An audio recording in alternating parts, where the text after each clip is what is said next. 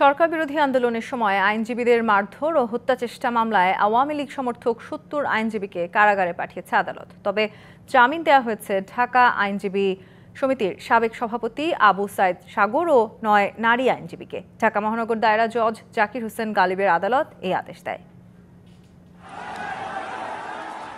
বৈষম্য বিরোধী আন্দোলনের সময় ঢাকা আইনজীবী সমিতির সদস্যদের উপর হামলা, চেম্বার ভাঙচুর ও হত্যা চেষ্টার অভিযোগে আওয়ামী লীগপন্থী ১৪৪ আইনজীবীর বিরুদ্ধে মামলা হয়। পরে ১১৫ জন আইনজীবী উচ্চ আদালত থেকে ৮ সপ্তাহের জামিন নেন। এর মেয়াদ শেষ হবে সোমবার। এদের মধ্যে ৮০ জন রবিবার আদালতে আত্মসমর্পণ করে জামিনের আবেদন করেন।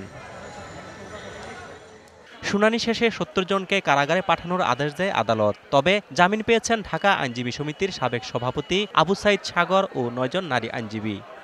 আদালত উভয়ের বক্তব্য শোনার পরে মামলার মূল নথি পর্যালোচনা করে মেডিকেল এবং বিভিন্ন ছবিগুলো দেখে যারা মহিলা আইনজীবী ছিল তাদেরকে জামিন মঞ্জুর করেন।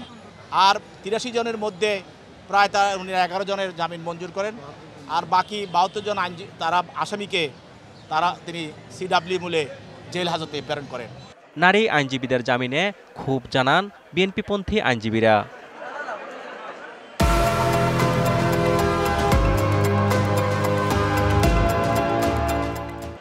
জামিন শুনানি ঘিরে এদিন আদালত প্রাঙ্গণে জোরদার করা হয় নিরাপত্তা।